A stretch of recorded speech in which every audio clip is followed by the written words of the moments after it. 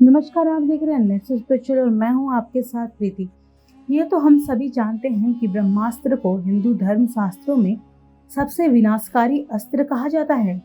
ये इतना शक्तिशाली होता है कि इसके चलने मात्र से ही पृथ्वी और तमाम ग्रहों पर भूकंप आ जाता है। ब्रह्मास्त्र की बात करें तो इसका उपयोग हमें रामायण और महाभारत में मिलता है। इस शस्त्र को ब्रह्मा जी ने बनाया था। इसके बारे में कहा जाता है कि शस्त्र खुद ही अपनी ऊर्जा प्रकट करता है, उस ऊर्जा से ही विनाश करता है। हिंदू धर्म शास्त्रों की बात करें तो ब्रह्मास्त्र से भी ज्यादा घातक, विनाशकारी और शक्तिशाली 3 अस्त्र हैं जो केवल एक बार ही प्रयोग में आते थे।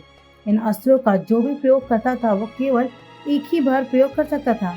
रामायण और महाभारत में 1000 से ज्यादा शस्त्र उपयोग किए गए, पर ये सभी शस्त्र अपने आप में बेहद विनाशकारी और घातक थे। वैसे तो लोग ब्रह्मास्त्र को सबसे घातक शस्त्र मानते हैं और उसे आज के परमाणु तकनीक से बने हथियारों से तुलना करते हैं, पर ब्रह्मास्त्र से भी कई गुना भयानक और विनाशकारी 3 शस्त्र ऐसे थे जो पल में ब्रह्मांड को भी तबाह कर देते। आइए जानते हैं कि वो 3 अस्त्र कौन थे और कैसे और क्यों इन्हें सबसे घातक माना जाता है। ब्रह्मशीर्ष अस्त्र। सनातन ग्रंथों की माने तो ब्रह्मास्त्र को ब्रह्मा जी ने एक मुख को प्रदर्शित करता था। वहीं ब्रह्मशीर्ष अस्त्र भगवान ब्रह्मा जी की सभी सिरों और मुखों का प्रदर्शित करता है। चारों सिरों को प्रदर्शित करने वाला ये अस्त्र बहुत ही शक्तिशाली बन जाता है।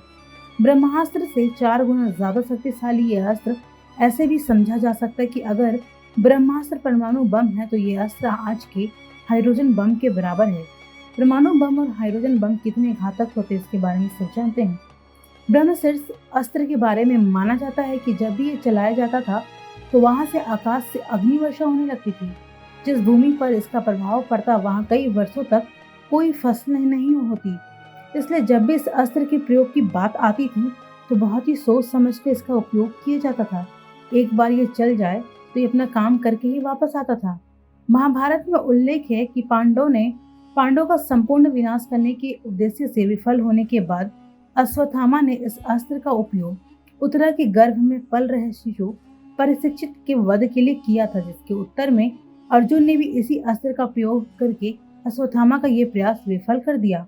अर्जुन को ब्रह्मशीर्ष को जागृत करने से वापस लेने तक का संपूर्ण ज्ञान था, जबकि अश्वत्थामा को गुरु द्रोणाचार्य ने केवल ब्रह्मशीर्ष को जागृत करने का ज्ञान दिया था। ब्रह्मदंड अस्त्र। यह अस्त्र पौराणिक काल में बहुत कम उपयोग होता था क्योंकि इसके प्रभाव से जन जीवन के नष्ट होने का भय रहता था। महाभारत के युद्ध में अर्जुन ने इस अस्त्र का प्रयोग कर्ण पे किया था, जिससे उन्होंने निष्प्रभाव कर दिया था। इस अस्त्र को केवल मंत्रों द्वारा ही संहार किया जा सकता था और इसकी शक्ति अपार थी। माना जाता है कि 14 आकाश गंगाओं को नष्ट करने में सक्षम है।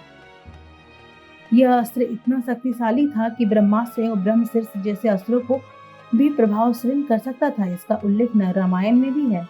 नारायण शास्त्र। नारायण शास्त्र भगवान विष्णु का अस्त्र है जिसे वो असुरों के वध करने के लिए प्रयोग करते थे। ये बहुत ही ज्यादा शक्तिशाली और विनाशकारी है। इसकी शक्ति असीम है, इसलिए इसे कोई भी साधारण व्यक्ति संभाल नहीं सकता। कहा जाता है कि यदि नारायण शास्त्र का प्रयोग एक बार हो जाता तो इसे कोई भी शक्ति रोक पाने में असमर्थ थी। नारायण शास्त्र को यदि कोई एक बार चला देता तो किसी भी प्रकार से शत्रु का वध करके ही आता था।